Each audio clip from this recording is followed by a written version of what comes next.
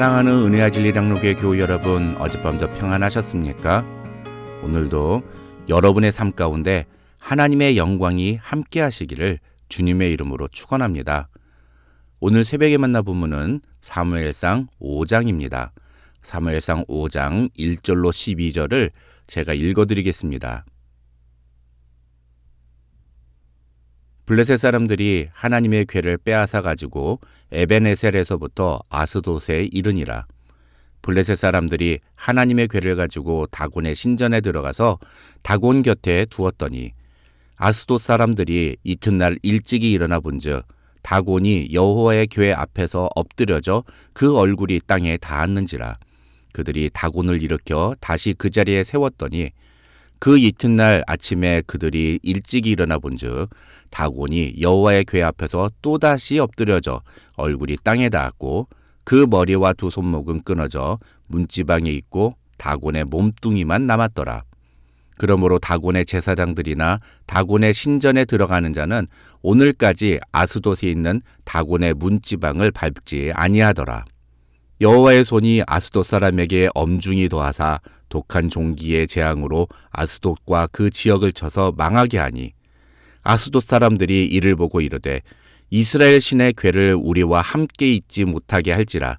그의 손이 우리와 우리 신 다곤을 친다 하고 이에 사람을 보내어 블레셋 사람들의 모든 방백을 모으고 이르되 우리가 이스라엘 신의 궤를 어찌하랴 하니 그들이 대답하되 이스라엘 신의 궤를 가드로 옮겨가라 하므로 이스라엘 신의 궤를 옮겨갔더니 그것을 옮겨간 후에 여호와의 손이 심히 큰 환난을 그 성읍에 더하사 성읍 사람들의 작은 자와 큰 자를 다 쳐서 독한 종기가 나게 하신지라.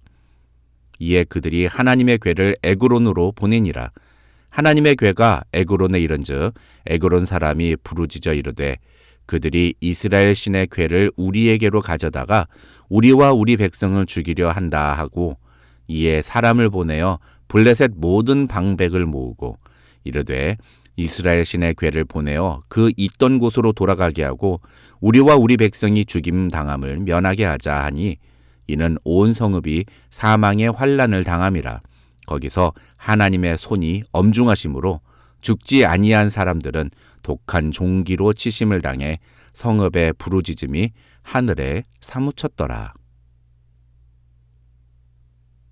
어제 본문에서 이스라엘은 블레셋과의 전투에 패하고 여호와의 언약궤를 블레셋에 빼앗깁니다.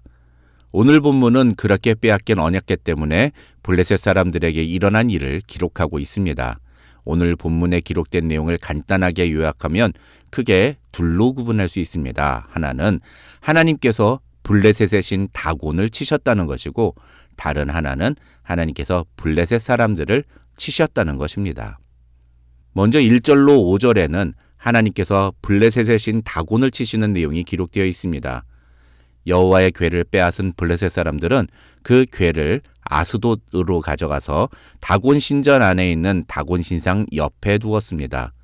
그런데 이 말은 단순히 여호와의 언약궤를 다곤 신전에 갖다 두었다는 의미가 아니라 블레셋의 신 다곤이 이스라엘의 신 여호와를 이겼기 때문에 여호와의 궤를 승리의 전리품으로 다곤 신에게 바쳤다는 의미라고 볼 수 있습니다.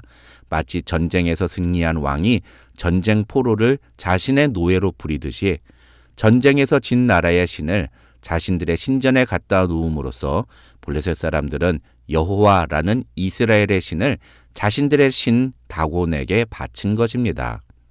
그런데 그렇게 하나님의 궤를 다곤의 신전에 갖다 둔 다음부터 이상한 일이 생깁니다. 자꾸만 다곤의 신상이 쓰러지는 것입니다. 다시 세워놓으면 또 쓰러지고 또 세워놓으면 또 쓰러지고 심지어 나중에는 다곤 신의 머리와 두 손목이 끊어져서 분리가 된 채로 쓰러져 있는 겁니다. 그런데 거기서 그치는 것이 아닙니다. 6절부터 보면 아스돗 지방에 전염병이 퍼집니다. 6절을 보시면 사무엘서의 저자는 여호와의 손이 독한 종기의 재앙으로 아스돗과 그 지역을 쳐서 망하게 하셨다고 기록합니다. 그렇게 6절부터 12절에는 하나님이 블레셋 사람들을 치신 내용이 기록되어 있습니다. 아스돗 사람들은 이런 전염병이 생긴 것이 이스라엘 신의 궤를 갖다 놓았기 때문이라고 생각합니다.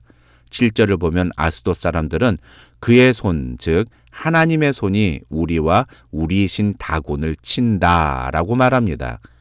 아스돗 사람들의 판단은 매우 옳은 판단입니다. 그들은 자신들에게 벌어진 이 일이 무엇 때문에 일어난 일인지를 바로 알았습니다. 하나님을 믿지 않는 자들이 하나님의 능력과 존재를 깨달은 것입니다. 그러면 어떤 반응을 보이는 것이 옳을까요? 우리 생각에는 자신들의 신이 얼마나 무능력하고 힘이 없는지, 반대로 이스라엘의 신 여호와 하나님이 얼마나 능력이 있으신지를 깨달았다면 자신들의 신을 버리고 하나님을 선택하는 것이 옳은 거 아닙니까? 그런데 하나님의 구원 계획에서 벗어난 아스돗 사람들은 그런 선택을 하지 않습니다. 그 대신에 하나님의 언약궤를 다른 지역으로 옮기기로 결정합니다. 8절을 보면 아스돗 사람들은 블레셋의 모든 방백들, 그러니까 지도자들을 모아서 이 사항을 의논하고 결국 여호와의 궤를 아스돗에서 가드로 옮기기로 결정합니다. 바로 이 지점에서 우리는 신자와 불신자의 차이를 분명하게 볼 수 있습니다. 불신자도 하나님의 존재와 그분의 능력을 알 수 있습니다. 사도행전 19장 15절을 보면 악귀도 예수님을 안다고 고백하고, 마가복음 5장을 보면 군대에 귀신 들린 사람이 예수님을 향해 하나님의 아들이라고 부르기도 합니다. 그러니 불신자들도 하나님을 알 수 있고 하나님에 대해서 인정할 수 있습니다. 그러나 중요한 것은 무엇입니까? 그들은 하나님을 선택하지 않는다는 것입니다. 제가 종종 반복해서 우리의 삶의 목적이 무엇인지, 우리의 삶의 가치가 무엇인지, 또 우리가 삶에서 보여주는 태도가 무엇인지를 보면 우리의 믿음의 수준을 볼 수 있다고 말씀드리는 이유도 바로 그 때문입니다. 결국 믿음이 있는 사람은 하나님을 선택합니다. 그것이 우리의 삶의 가치를 보여줍니다. 무엇이 중요한가? 그것이 믿음과 연결이 되는 것입니다. 자신들이 오랫동안 믿어왔던 신 다곤이 여호와의 언약궤 앞에서 머리도 잘리고 손목도 다 잘려 쓰러져 있는 모습을 보았습니다. 뿐만 아니라 여호와의 언약궤가 있는 지역마다 엄청난 전염병으로 사람들이 다 죽어나갑니다. 그것을 보면서 여호와의 신의 궤가 우리와 함께 있기 때문에 여호와의 손이 우리를 친다고 자기들 스스로도 고백했습니다. 그렇다면 그 여호와 앞에 엎드려서 자신들을 구원해달라고, 불쌍히 여겨달라고 간구해야 하는 것 아닙니까? 그러나 블레셋 사람들은 그러지 않습니다. 왜 그럴까요?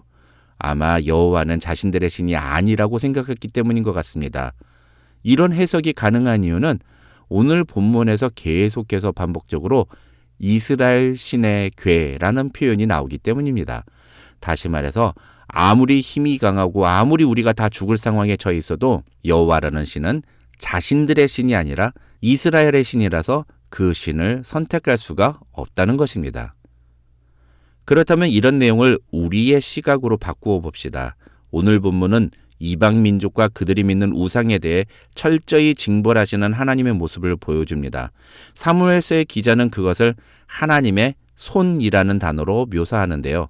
6절, 7절, 9절, 그리고 11절 이렇게 4번이나 이 하나님의 손이라는 단어를 사용합니다. 성경에는 하나님의 손이라는 표현이 자주 등장합니다. 가장 대표적으로 출애굽기 32장 11절을 보시면 모세는 하나님께 금송아지를 세워 우상 숭배한 이스라엘 백성들을 모두 죽이시려고 할 때 여호와여 어찌하여 그 큰 권능과 강한 손으로 애굽 땅에서 인도하여 내신 주의 백성에게 진노하시나이까라고 기도한 바 있습니다.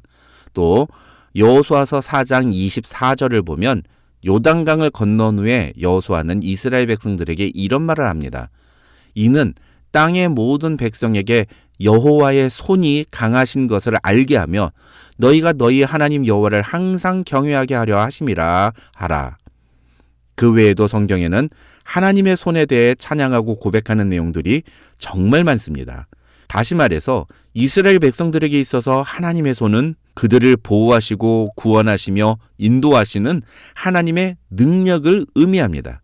그 하나님의 손이 오늘 본문에서는 블레셋 사람들과 그들의 신을 심판합니다. 사랑하는 성도 여러분, 이 말씀을 들을 때 여러분의 마음에는 어떤 생각이 떠오르십니까? 여러분은 하나님의 손이 여러분에게 어떤 의미로 다가오십니까? 하나님의 손에 대한 두려움이 생기십니까? 아니면 하나님의 손을 의지하고 바라는 마음이 더 생기십니까? 오늘 새벽에 만난 말씀을 통해 우리의 구원이 되시며 능력이 되시며 우리를 보호하시는 하나님의 손을 바라보고 그분을 의지함으로 나아가는 저와 여러분이 되시기를 주님의 이름으로 축원합니다. 하나님이 어떤 분이신지를 아는 것만으로는 충분하지 않습니다. 일요일에 교회에 나와서 예배에 참여하는 것만으로는 충분하지 않습니다. 중요한 것은 우리의 삶 속에서 하나님의 능력을 인정하고 그 하나님을 선택하는 것입니다. 그 하나님을 의지하는 것입니다. 그 하나님의 도우심과 불쌍히 여기심을 바라보면서 하나님을 나의 하나님으로 받아들여야 하는 것입니다. 세상에 하나님보다 더 의지할 만한 것은 없습니다.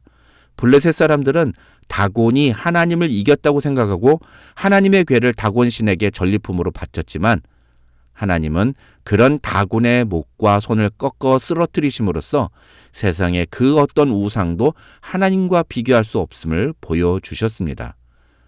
오늘날 시대에는 돈이라는 우상과 성공이라는 우상이 세상을 지배합니다.